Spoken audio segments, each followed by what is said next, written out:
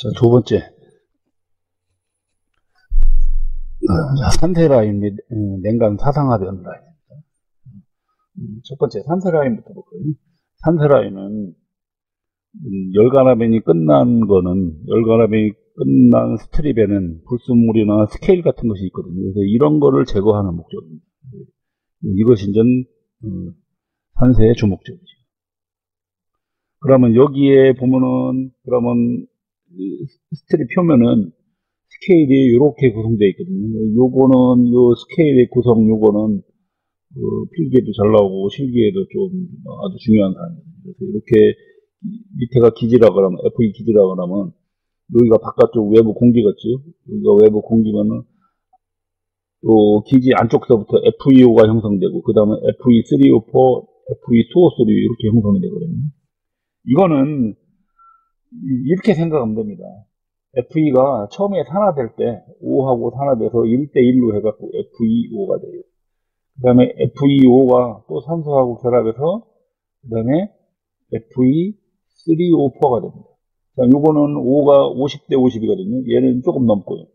그 다음에 FE-3O4가 5와 또 결합해서 FE2O3가 돼요. 그래서 FE2O3가 항상 맨 마지막입니다. 요것이 이제 그 빨간색의 적철광 형태죠.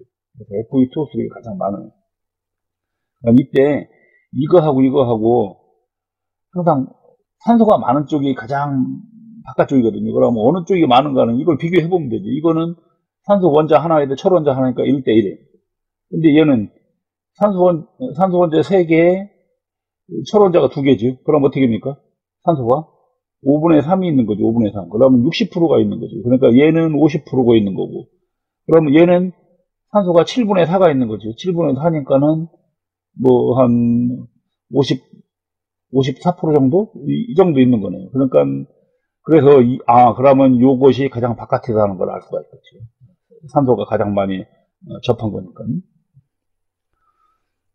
자, 이와 같은 스케일이 있기 때문에 이런 스케일을 제거하는 것이 바로 산세 공정이다.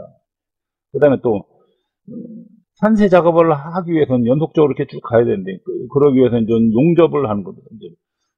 선행 코일하고 후행 코일하고 그걸 두 개를 붙여줘서 용접하는 기능까지 있고, 그 다음에 그 스트립 측면부 코일을 풀렀을 때 그 코일이 이렇게 있다 그러면 이렇게 쭉 연속적으로 진행한다 그러면 이런 측면부 여기를 반듯하게 딱 잘라주는 거죠. 일정 크기로.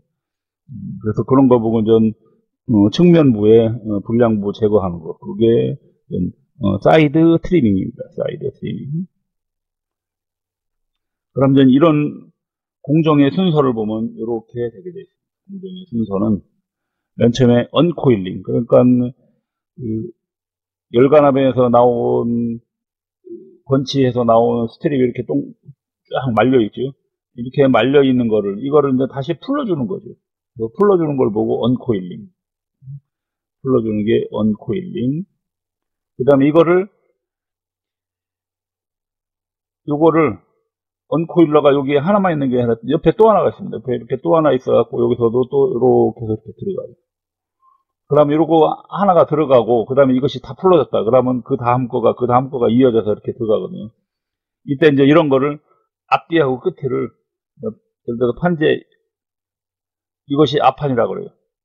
이것이 뒤에 판이라고 그래요. 그러면 여기를 두 개를 양쪽으로 이렇게 딱 끊어서 자른 다음에 요걸 딱 맞대야 그래야 정확하게 용접이 되겠죠. 그래서 정확하게 대고 이제 용접을 하는 거죠. 이렇게 앞뒤를 딱 자르는 걸 보고 이제 시어라 그러죠. 그냥 끝을 절단, 그래서 크롭 시어가 있습니다. 시어로 절단을 하고 그 다음에 두 개를 딱 붙여놓고서 용접을 합니다. 용접을 하고 나면 그 다음에 어떻게 돼요? 그 뒤판에 뒤에 거를 또 계속해서 쭉 풀 수 있고, 그래서 첫 번째 이거 풀고 그 다음에 요거 뒤에 이어서 이거 풀고. 그러는 동안 여기다 또 하나 코일 걸고 이거 다 풀러지면 그 다음 거 요거 또 풀러서 또 걸고 또 풀러지면 여기다 또 걸어서 또 풀고, 그래서 이렇게 연속적으로 계속 들어가는 겁니다. 그렇게 해서 용접이 돼서 이렇게 하나로 쭉 이어서 쭉 들어가면 그 다음에는 산세 라인으로 들어갑니다. 산세 라인으로 들어가고 산세에서 여기서 산세가 다 되면은 그 다음에는 표면에 산이 묻어 있겠죠.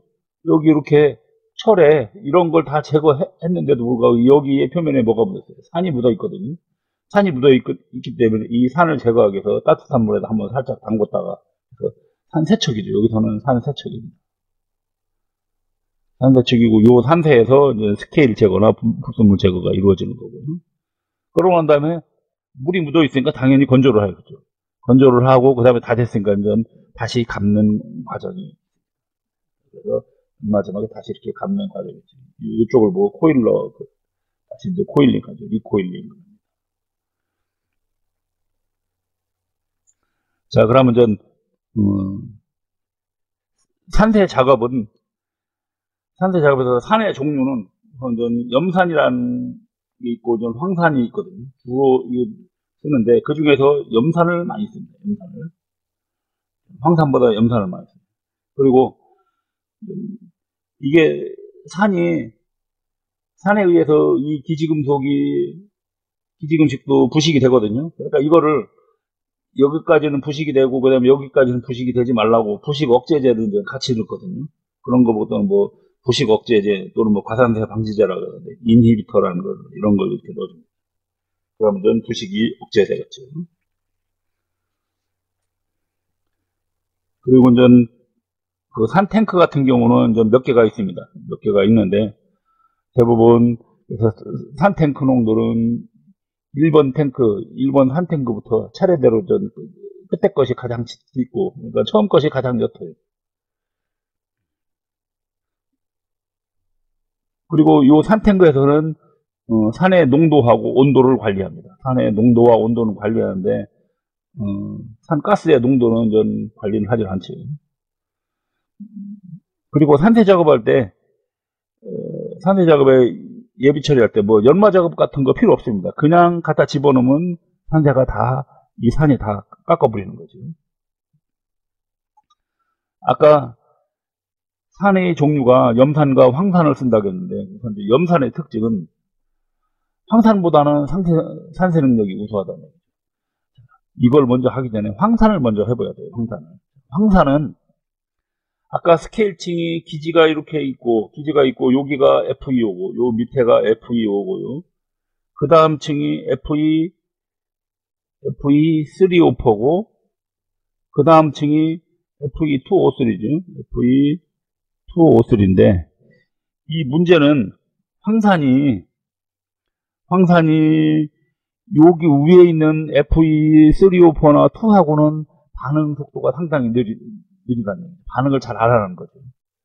그리고 주로 FEO하고는 반응해요. 문제가 이것 때문에 그래요. 이거하고는 반응이 늦고 FEO하고 주로 반응을 하는데 근데 이 위에 그냥 이렇게 덮고 있으면 어떻게 돼요? FEO하고 잘 반응 안 하죠. 그러니까는 요 황산이 여기 가서 FEO하고 반응할 수 있게끔 요 스케일을 이렇게 깨주는 장치가 필요합니다.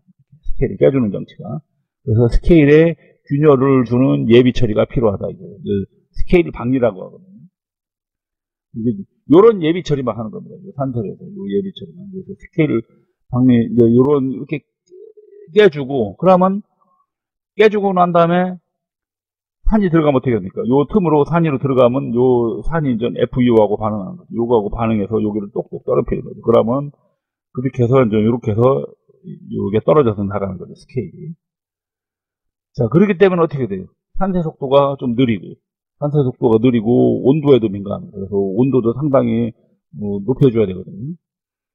그런 단점이 있어요. 그런데 염산은 이렇지 않습니다. 염산은 그냥 위에서부터 그냥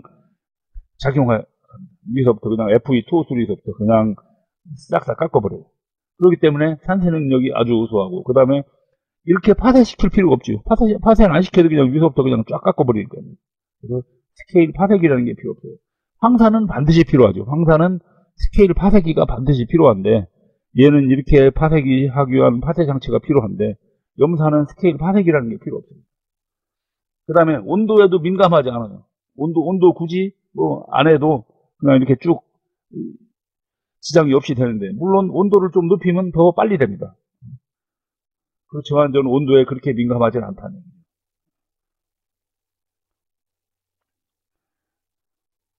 그 다음에 이제 요거는 과산세 우려가 좀 많거든요. 왜냐면 위서부터 쫙 깎이나 합니다. 그래서, 과산세가 되면서 기지금속까지, 부식이 될 수 있는데, 요런 걸 주의하기 위해서 부식 억제제를 집어넣는 거죠. 부식 억제제를 집어넣으면, 어느 정도 방지할 수 있고. 그 다음에, 규소광판이나 특수광 같은 경우는, 조금 산대 시간이 조금 길어집니다. 물론, 그렇다고 해서 이거를 황산이로 하면 뭐 더 빠르냐? 아닙니다. 다른 강판보다, 일반 강판보다 규소강판이 조금 더, 산세 시간이 조금 더 길어진다는 그것뿐입니다. 그래서 여기 이제 염산 산세할 때 산세 능력, 디스케일링 능력이라고 하거든요. 그걸 한번 볼까요? 그래서 첫 번째, 산 농도가 높을수록 산세 능력이 커지죠. 그래서 가급적이면 농도는 높게. 그 다음에 온도도 뭐 온도에 민감하지는 않다고 했는데, 온도가 높을수록, 산세는 더 잘 되는 겁니다. 그 다음에 전 황산보다 염산이 훨씬 더 좋다겠죠. 황산보다 염산이 좋고. 그 다음에, 규소광판은 좀 산세 능력이 떨어지고. 그 다음에 철분의 농도가 증가하면, 산세 능력이 좀 더 증가합니다. 그 다음에, 그 다음에 중요한 것이 이거죠. 라인 스피드를 낮게. 그러니까, 산탱크가 이렇게 있을 때, 산탱크가 1번, 2번 이렇게 있을 때, 여기를 지나가는 이 스트립이, 지나가는 속도가 느리다는 얘기는 뭐예요? 산에 그만큼 접하고 있는 시간이 많다는 얘기죠. 그래서 라인 스피드가 낮게 할수록 산세 능력이 좋아지고. 그 다음에 산탱크 이 안에 탱크를 교반을 하면은 산세 능력이 증가된다.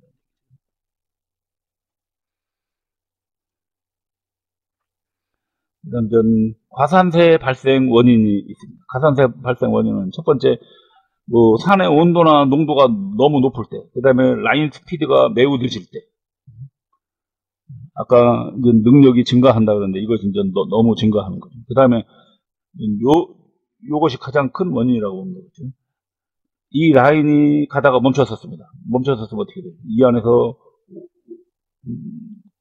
예를 들어서 여기가 고장이 나서 이게 멈춰섰다 그러면 이거 고칠 때까지 여기에 계속 있어야 되니까 어떻게 됩니까? 산세가 계속 진행되고 있겠죠. 이럴 때 이제 과산세가 발생된다.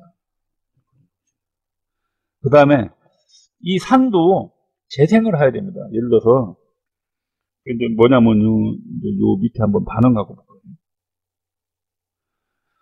자, 산세 반응이 FeO나 뭐 예를 들어서 FeO라 그래요. FeO하고 염산하고 이렇게 된다. 그러면 FeCl2가 되고 H2O가 돼요. 물론 Fe2O3도 마찬가지예요. Fe2O3도 HCl하고 반응해서 H2O가 되고 FeCl2가 이렇게 됩니다. 역시 마찬가지로 똑같아요.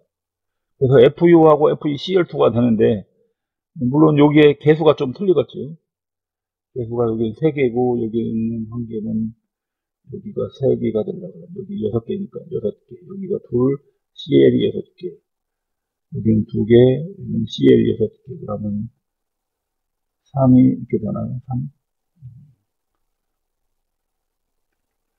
그러면 여기가 2개가 들어가야 되네요. 그러면 아니죠. 여기가 3, H는 6개.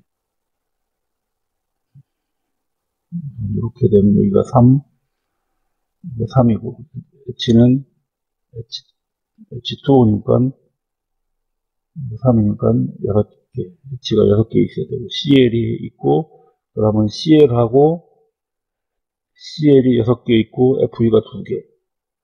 그러면 여기가 둘이니까는 FE는 2개니까 2개 하고, CL2니까 CL이 2개가 남네요. CL이 2개가 남으면 여기 하여간 어쨌든 개수를 지금 개수 맞추기가 잘 안 되는데요. 어쨌든 얘도 이런 식으로 해갖고 이렇게 물하고 이 FeCl2 이런 식으로 나옵니다. 그러면 여기에는 FE가 있고 그러니까 이거를 회수해야 되거든요. 요거하고 다시 분리를 하는 겁니다. 그래서 이제 지금 이렇게 산세가 이렇게 돼서 요게 나왔다 그러면 이걸 갖고 그래서 요렇게 나온 요거하고 요거를 여기에다가 온도를 올리면서 산소를 불어넣어줘요. 산소를 불어넣으면서 온도를 올리면은, 그러면 도로 다시 얘가 이렇게 요게 분해 반응이 일어나면서, 이거 분해 반응이 일으키려면 온도를 올려야 되거든요. 그래서 배수로 같은 데다 넣고 완전 넣고 산소를 같이 불어넣어주면, 온도를 올리면서 산소를 불어넣어주면 Fe2O3하고 다시 HCl로 되거든요. 그럼 온도가 높기 때문에 얘는 증발돼서 날아가죠. 증발돼서 날아가고 얘만 남지. 그러면 얘는 회수가 됐죠. 얘는 회수가 됐고, 염산이 공기 중으로 날아가면 안 되죠. 그래서 이것이 기체가 돼서 날아갈 때 이걸 다시 응축을 시켜서 액체 상태로 받아버리면은, 그러면 이제 염산이 되는 거죠. 이거를 다시 이제 이쪽 산세 공정으로 집어넣는 거예요. 그래서 산재생이 산세에서 발생한 이런 폐산을 재생하는 건데, 이제 재생하는 방법이 고압 분무 배수법이라고 있고, 그 다음에 유동 배수로가 있고, 그 다음에 셔밍턴법이 있습니다. 이런 방법 등을 하는데, 대부분 원리는 이거하고 똑같아요.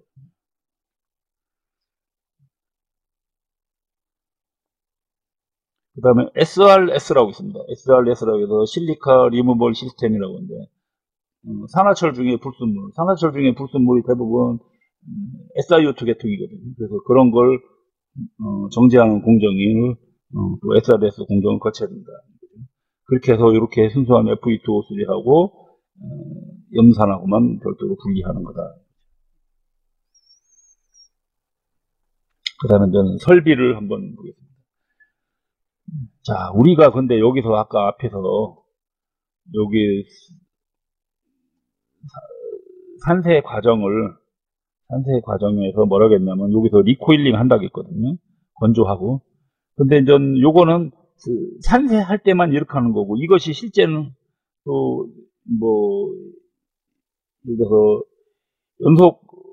연소 가변 같은 데는, 그래서 대부분 어떻게 하냐면 여기서 리코일링 안 합니다. 리코일링 안 하고 직접 냉간화빙기로 들어가요. 냉간화빙기로 들어가서 그 다음 과정을 쭉 진행합니다. 대부분 그걸 한번 알아봅시다. 그래서 대부분 산세가 끝나면 바로 냉간화변을 하거든요. 그래서 이제 두 번째가 바로 산세 및 사상화변 설비 이어져 있다고 그랬죠. 이어져 있는데, 입측의 설비하고 중앙 입측 설비는 아까 얘기한 언코일러가 있겠죠. 풀러주는 거 POR이라고 그러죠. POR. 그래서 언코일러 풀러주는 거 페이오프릴 POR입니다. 그 다음에 시어가 있고, 그 다음에 용접기가 있고, 사이드 트리머가 있다고. 이건 아까 앞에서 얘기했던 겁니다. 그래서 언코일러, 시어로 앞뒤로 잘라주고, 그 다음에 용접기를 붙여주고, 그 다음에 사이드 트리머로 옆 가장자리를 쭉 잘라주는 거죠. 그래서 이제 POR 같은 경우 또는 언코일러는 스트립을 풀러주는 거죠. 풀러서, 여기 풀림 라인이 아니고, 여기는 스트립을 풀러서 산세 라인에 걸어주는 거죠. 산세 라인에 걸어주는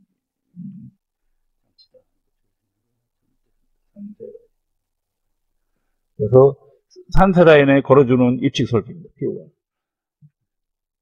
여기서도. 근데 물론 이제 이게 산세 따로 냉간화변 따로 또는 풀림을 따로따로 할 때는 항상 풀러주는 장치는 언코일러입니다. 풀러주는 장치는 언코일러. 여기는 지금 산세 작업이기 때문에 여기는 산세라고 하는 게 맞아요. 그 다음에 두 번째가 스티처라고 있습니다. 핫코일을 갖다가 접촉하는 장치예요. 그 다음에 용접이 있거든요. 용접은 심 용접 방식이 있습니다. 심 용접 방식을 쓰는데, 심 용접은 강판을 이렇게 오버랩 시키는, 이렇게 두 개를 이렇게 겹친 다음에, 그 다음에 여기에 전기를 흘려갖고 압력을 가합니다. 전류를 통하면서 압력을 가면 어떻게 돼요? 그럼 어떻게 됩니까? 전극을 사용해서 여기 압력을 여기 이것이 꽉 눌러지면서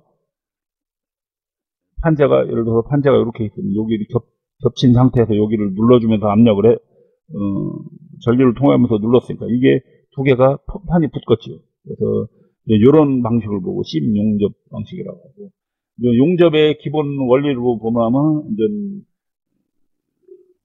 용접 방식으로는 좀 플래시 버트 방식이라고. 플래시 버트 방식.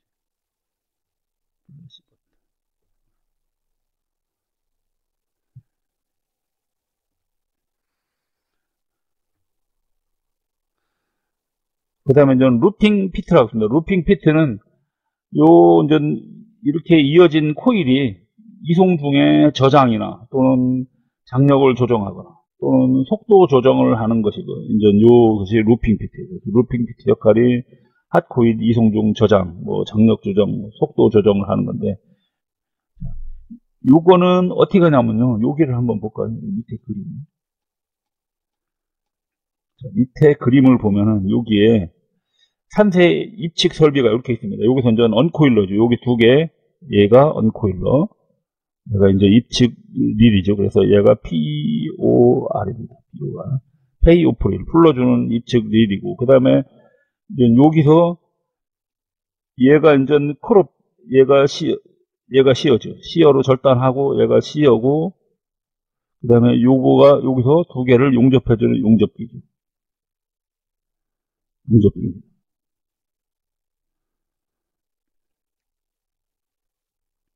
용접기인데, 이 용접기에 나와서 이제 판이 두 개가 이렇게 연결돼서 쭉 들어가면, 여기에 루퍼가 있거든요. 입측 루퍼가 있어요. 요 라인 지나가는 걸 볼까요? 얘가 이렇게 해서, 이런 식으로 해서 이렇게 지나가죠. 이때 롤러가, 여기 있는 롤러가, 요게, 요 롤러하고 요 롤러가 이런 것이, 이것이 왔다 갔다 움직입니다.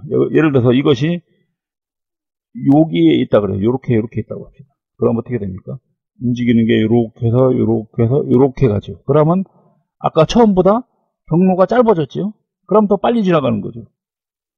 이거를 더 이렇게 오른쪽으로 옮기면 경로가 길어지니까 늦게 가는 거고요. 이렇게 해서 이거를 여기에 있는 롤러를 계속 움직여서, 근데 이 롤러가 요거 두 개가 있는 것이 아니라 여러 개가 이렇게 있습니다. 여러 개가 쭉 있어서 이 코일이 여기를 여러 번 이렇게 쫙 거쳐서 그 다음에 이렇게 가게 돼 있거든요. 그래서 이거를 계속 튀면 한없이 무지하게 많이 이걸 저장을 할 수가 있어요. 그래서 요것이 이제 엔트리 루퍼라고.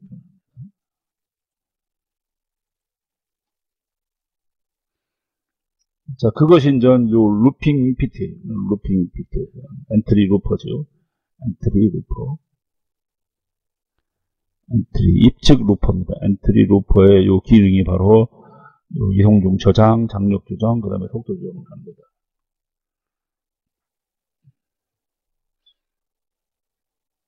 그 다음에 여기에 각종 절단 방식에 보면 절단기가 있죠. 절단기는 업컷시어인데, 절단기 같은 경우는 핫코일 맨 앞부분하고 끝부분을 처음에 딱 잘라주는 거죠. 혹시 그 다음에 또 불량 부분이 있다 그러면 불량 부분만 고기만, 예를 들어서 판자 이렇게 쭉 지나가는데 여기가 불량 부분이 있다 그러면 여기를 자르고 그 다음에 여기를 자릅니다. 그런 다음에 요거하고 두 개를 붙여서 다시 용접을 하야겠죠. 그리고 이제 플래시 트리머라고 있습니다. 플래시 트리머는 용접하고 나면 여기에 아무래도 용접하고 남은 부분이 있죠. 용접 필이. 그거를 싹 연마하는 장치입니다. 이제 플래시 트리머고. 그 다음에 사이드 트리머는 요 옆부분을 이렇게 사이드 일정하게 자르는 거죠. 코일의 양 사이드로 잘라주는 겁니다. 여기가 지금 플래시 트리머라고 했는데, 아까 제가 이 용접 기본 영상이 플래시 버트 방식이라고 했죠. 플래시 버트 방식에서 나온 그 용접 비드를 깎아내는 것이 바로 플래시 트리머라는 거죠.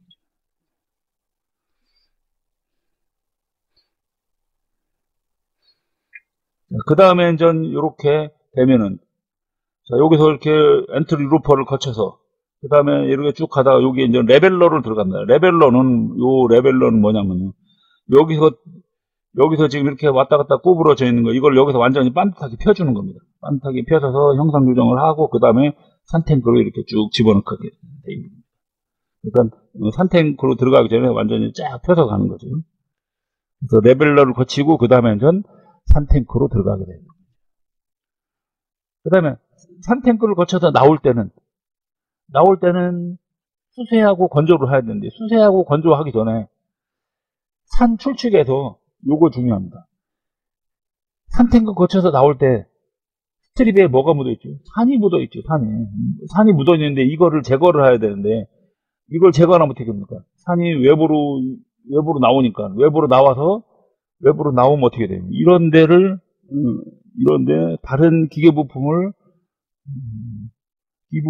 부식시키고라고 하죠. 그러니까 그런 산이 외부로 유출되는 걸 방지하기 위한 설비가 이제 링거룰이라고 있거든요. 링거룰은 그래서 어떻게 되어 있냐면요. 롤이 있으면 여기다가 고무 패킹을 이렇게 쌓는 겁니다. 이 롤러가 있고 여기다 고무 패킹을 쌓았어요. 그 상태에서 여기에 스트립이 지나가요. 여기에 산이 잔뜩 묻어있죠.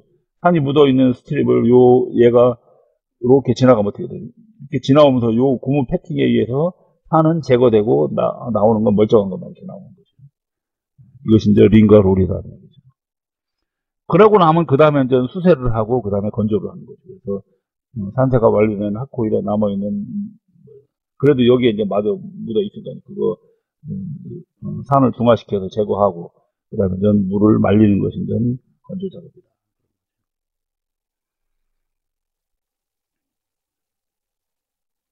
자, 이렇게 산세가 끝났으면 그 다음에는 전 냉간압연기로 들어가야 되거든요. 냉간압연기로 이렇게 들어갑니다. 그 다음에 여기서도 또 산세 출축에도 또 출축 루퍼가 있거든요. 여기서도 기능은 마찬가지입니다. 이거하고 똑같아요. 이런 것은 계속 이렇게 움직여요. 그래서 움직여서 여기가 이게 냉간압연기죠. 냉간압연기로 들어가기 전까지 얘가 계속 이렇게 저장도 하고 장력 조정도 하고 그 다음에 여기에 또 레벨러가 있습니다. 레벨러가 있어. 이거 레벨러는 롤러 레벨러고 이거 같은 경우는 롤러 레벨러 이거는 텐션 레벨러네. 레벨러가 그 레벨러를 거쳐서 그러면 또 이제 형상이 반드시 펴지거든요. 그러고 난 다음에 요 연소 가변기로 이렇게 들어가게 돼요. 연소 가변기로 들어갈 때 제대로 정상적으로 또 잘 들어가게끔 해주는 설비가 이제 스레딩 테이블이라고 합니다. 그래서 냉간압연 이측에 있는데 요거 이제 스레딩 테이블이고 그 다음에 이제 코볼 가드라고 합니다. 코볼 가드 같은 경우는 냉간압연 할 때 이것이 잘못하면은 냉간압연을 하다 보면요 대부분 위로 이렇게 휘거든요. 이렇게 위로 휘다 보면 잘못해서 그 옆에 있는 다른 부분을 이렇게 칠 수가 있거든요. 그래서 이거를 이렇게 위로 휘었을 때 이거를 다시 밑으로 이렇게 약간 눌러주는 장치. 그것이 이제 코블 가드입니다. 그래서 냉간은 사상압연할 때 이 스트립이 머리 부분이 상향을 하는데 이때 이거를 방지하기 위한 설비다. 그래서 상부 작업로 쪽에서 이거를 상향을 방지해주는 것이 바로 코블 가드다. 그 다음에 여기에 사용하는 압연기는 이제 6단 또는 4단의 팬덤식입니다. 팬덤식 자산 압연기. 이것이 이렇게 다닥다닥 붙어 있는 식이 이제 팬덤식이라고 하죠. 4단이나 6단의 팬덤식 자산 압연기를 사용한다. 자, 여기에 또 압연기에 있는 장치에 보면 엑스레이가 있죠. 엑스레이는 두께를 측정하는 장치고요. 두께를 측정해서 그 다음에 이제 텐션 메터로 있습니다. 텐션 메터로. 이거는 좀 롤 베어링 아래 로드스대를 설치해 갖고 그 다음에 가압연기 사이에 장력을 검출해서 그거를 좀 보상하는 장치입니다. 그 다음에 이제 프로파일 미터는 산탱크에서 나왔을 때 열연 코일의 두께나 뭐 형상 같은 거를 이렇게 측정하는 장치가 프로파일 미터. 그래서 현재 어떻게 형상이 예를 들어서 판이 얼만큼 이렇게 파가 있는가 뭐 그런 것들 이렇게 측정하는 거고 그 다음에 쉐이프 메터가 있습니다. 이거는 이제 압연돼서 나왔을 때 나오는 스트립의 형상을 역시 검지하는 장치죠. 그래서 형상을 검출하고 그 다음에 평탄도를 이렇게 맞춰주는 장치가 쉐이프 메터다.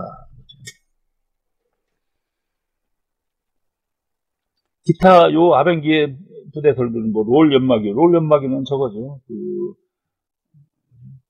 ORG죠. ORG가 있고 그다음에 오일 셀러가 있습니다. 냉간 아벤을 하려면 아벤 판에다가 아벤유를 뿌려줘야 되거든요. 그래서 아벤유 및 유압유를 공급하는 장치가 오일 셀러가 있습니다. 자, 이런 장치를 거쳐서 아변이 끝나고 나면 그 다음에 다시 감아주게 되는 거죠. 여기서 축척 릴에서 감아게 됩니다. 얘가 TR이 되겠죠. TR 텐션 릴입니다. 감아주는 장치거든요. 보통 텐션 릴이라는 걸로 감습니다. 또는 뭐 피드 릴이라고 해요. 피드 릴을 텐션 릴로 여기서 아벤 소재를 축축해서 감아주는 건체설기다. 이때 뭐 여기 또 판폭 조정기라고 해서 요 텐션 릴에 TR에 감기기 전에 코일 형상을 역시 또 개선하였죠. 그 다음에 벨트 래퍼라고 합니다. 벨트 래퍼는 여기에 코일에 TR에 감을 때 처음에 예를 들어서 여기 TR이 이렇게 있다 그래요.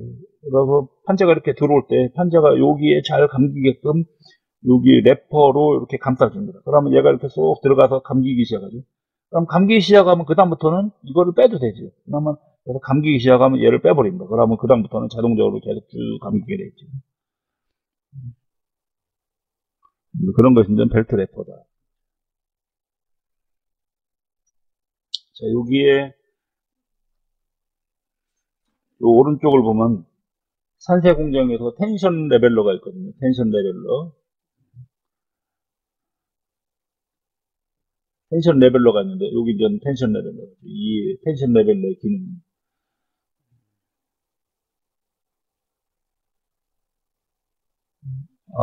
여기에도 있는 것이 텐션 레벨러거든요. 이것이 롤러 레벨러도 있고 여기에 텐션 레벨러도 있네요. 여기에도. 어쨌든 여기에 롤러 레벨러 또는 텐션 레벨러가 있는데 이 레벨러의 역할이 뭐냐 이거죠. 요 레벨러의 요 기능이 바로 저런 겁니다. 아까 산세하기 전에 혹시 스트립에 형성된 그런 스케일을 파쇄시키는 장치죠. 뭐 염산 같은 경우 파쇄를 안 해도 되는데 파쇄를 하면 더 효과적이죠. 그 다음에 스트립의 형상을 역시 교정을 하겠죠. 형상을 교정을 해주는 거고 그 다음에 아까 요거에서 파쇄시켜서 염산이나 황산의 침투성을 좋게 하는 거고 이런 것이 레벨러의 기능입니다.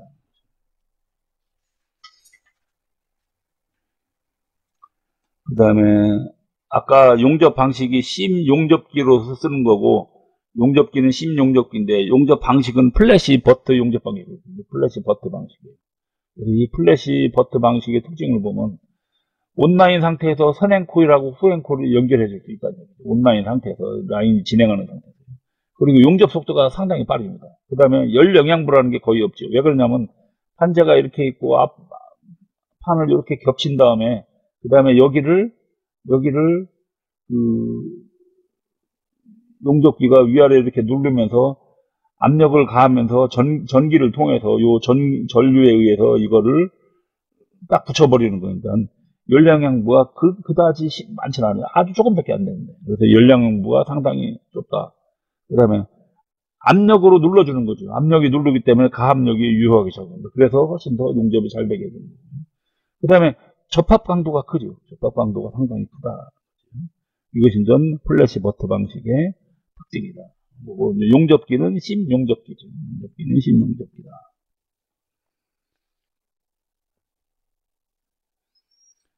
용접할 때 주의사항이 있습니다. 보면, 일단, 처음에 앞뒤를 이렇게 절단할 때는 정지시킨 다음에 절단해야 되고, 그 다음에 용접부를 이렇게 통과할 때는 어느 정도 조금 용접 속도에 맞춰갖고 조금 천천히 지나가게. 그 다음에 용접부 같은 경우는 혹시 용접부는 아무리 열량양부가 적다고 해도 열량양부가 없을 수는 없거든요.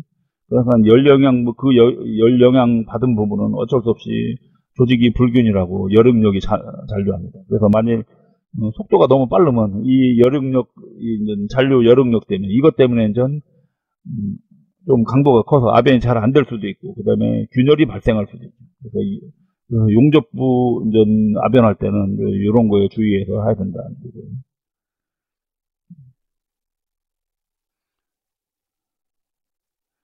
그 다음에 용접부 검사 같은 경우는 경도 시험으로는 하지 않고, 그 다음에 냉간하면 소재 용접에 사용하는 플래시 버트 용접기는 플럭스라는 것이 아니라 전류를 써서 하는 거기 때문에 특수광 용접에는 적합하지 않다는 거예요. 그 다음에 점용접 방식을 할 수도 있거든요. 근데 요 점용접 방식을 쓰면은 이거는 일부분만 용접하는 거기 때문에. 플래시 버트 방식은 완전 이걸 쭉 이어서 하는 거고, 점 방식은 이게 점점점점 쭉 하는 거거든요. 꾹꾹꾹꾹 갖고 하는 건데, 이런 건 주로 판금할 때 하는 거고, 여기서는 어떻게 돼? 2개가 2개가 완전히 찰싹 달라붙어야 되니까, 이런 점용접 방식은 쓰지 않는다는 얘기죠.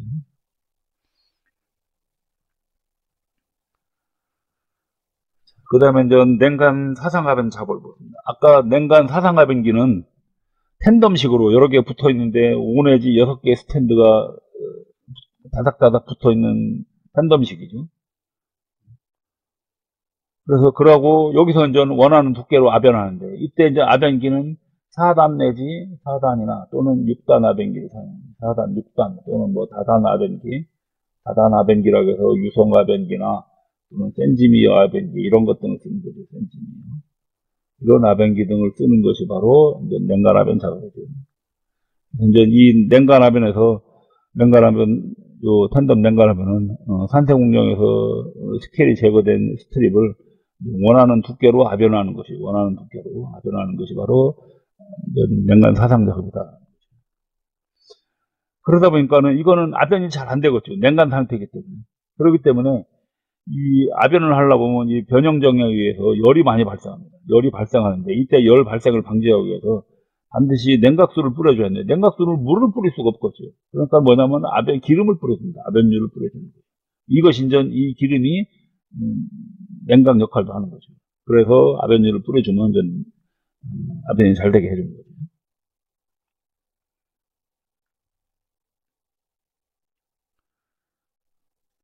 그러면 냉간 압연 하면서 사상압연이라는 얘기가 원하는 두께로 압연을 하는 거니까요. 최종 두께로. 거기에 주의할 사항이 판 두께하고 형상을 제어를 하죠.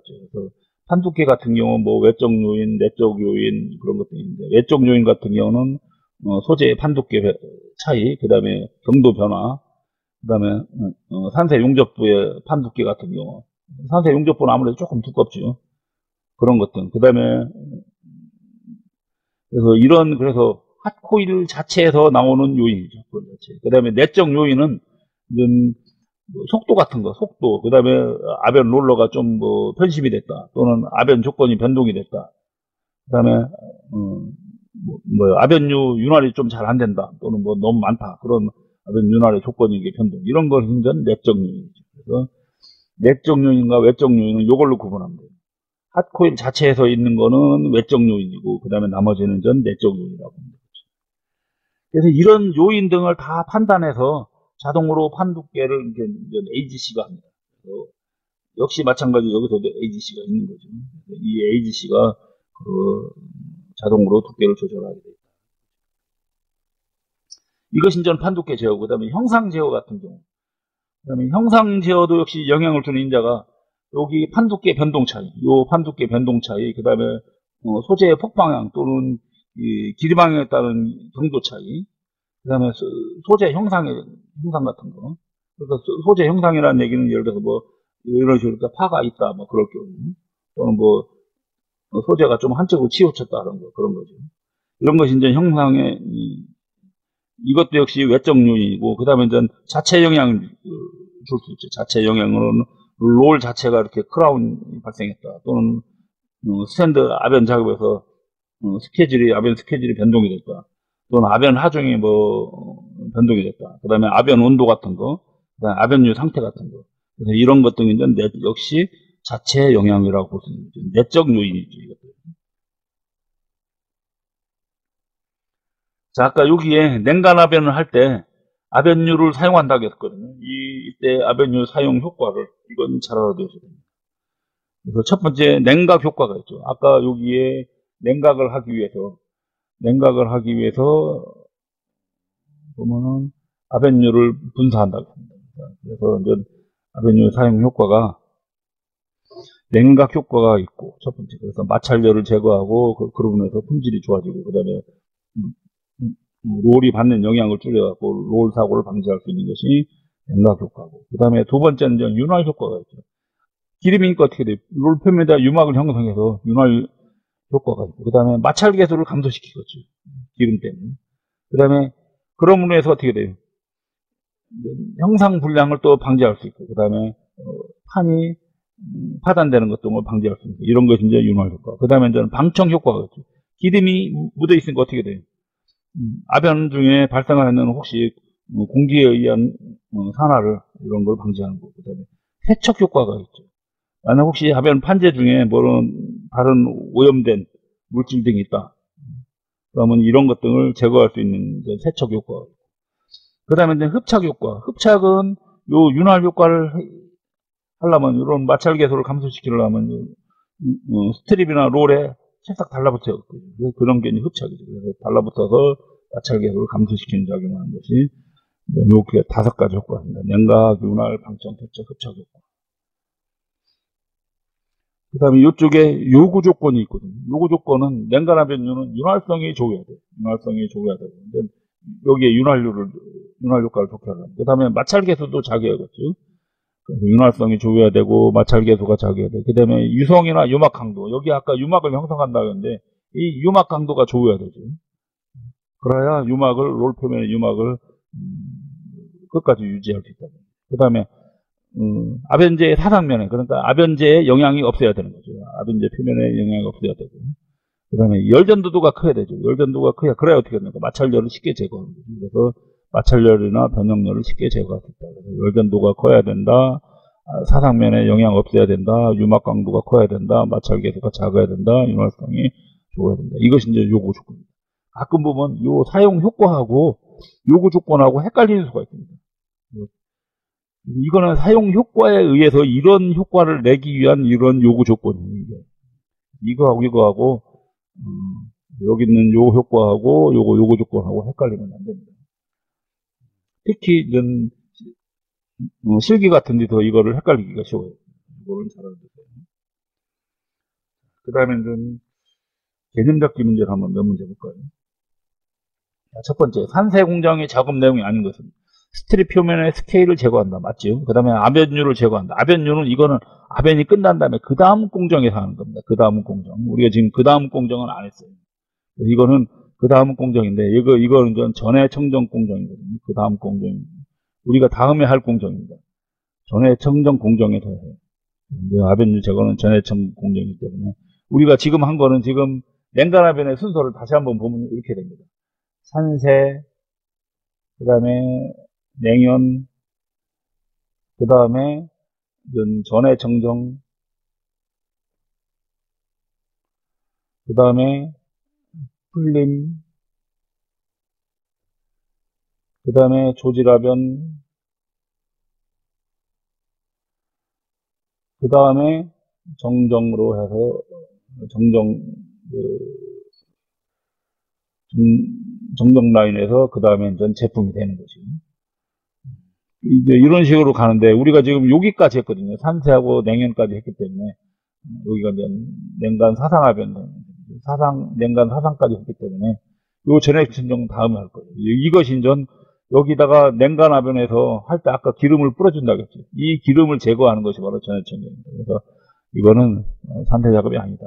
그래서 산세 작업에서 하는 거는 스케일 제거, 그 다음에 사이드 트리밍, 그 다음에 전후 코일 용접 그런 것들이죠. 그 다음에 두 번째 문제, 산세 처리 공정 중 스케일의 균일한 용해와 과산세를 방지하기 위한 것. 인히비터죠. 부식 억제죠. 인히비터를 넣는다.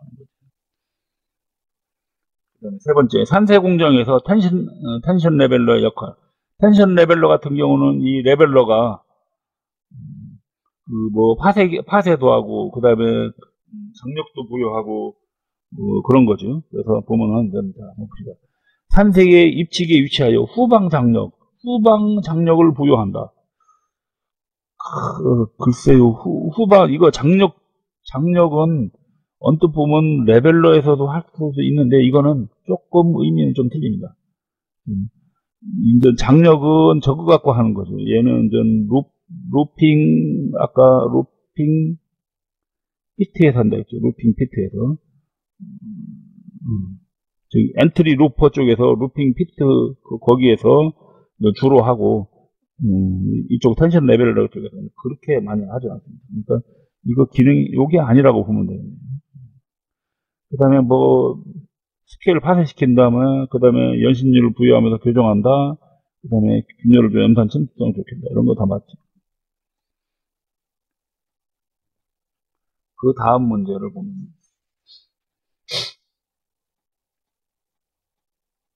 냉간 아벤유가 구비해야 할 조건이 틀린 것은 뭐 유막 강도가 커야 되고 맞고 윤활성이 좋아야 되고 맞고 마찰 개수가 커야 되고 마찰 개수 작아야 되죠. 마찰 개수는 작아야 되죠. 그 다음에 탈지성이 좋을 것, 나중에 제거하기가 좋아야 된다는 얘기입니다.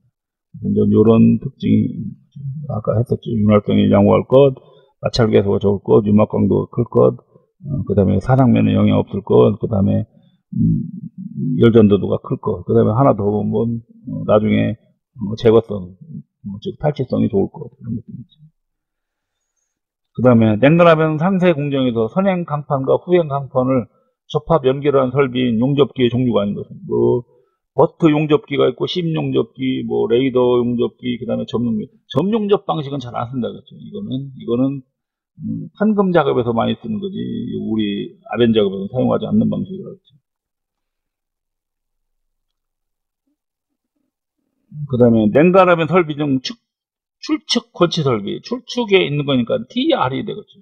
TR 있는 거 텐션 릴, 그 다음에 벨트 래퍼 같은 것이 있고, 그 다음에 캐러벨 릴 같은 것도 있고, 이것도 캐러셀 릴도 역시 뭐 텐션 릴에서 같이 이런 역할을 하는 거거든요. 요 들어갈 때 잘 들어가게끔 해주는 거, 해주면서 잘 물려주는 장치인데, 그 다음에 페이오프 릴, 이거는 건치 설비가 아니라 이거는 입측 설비죠.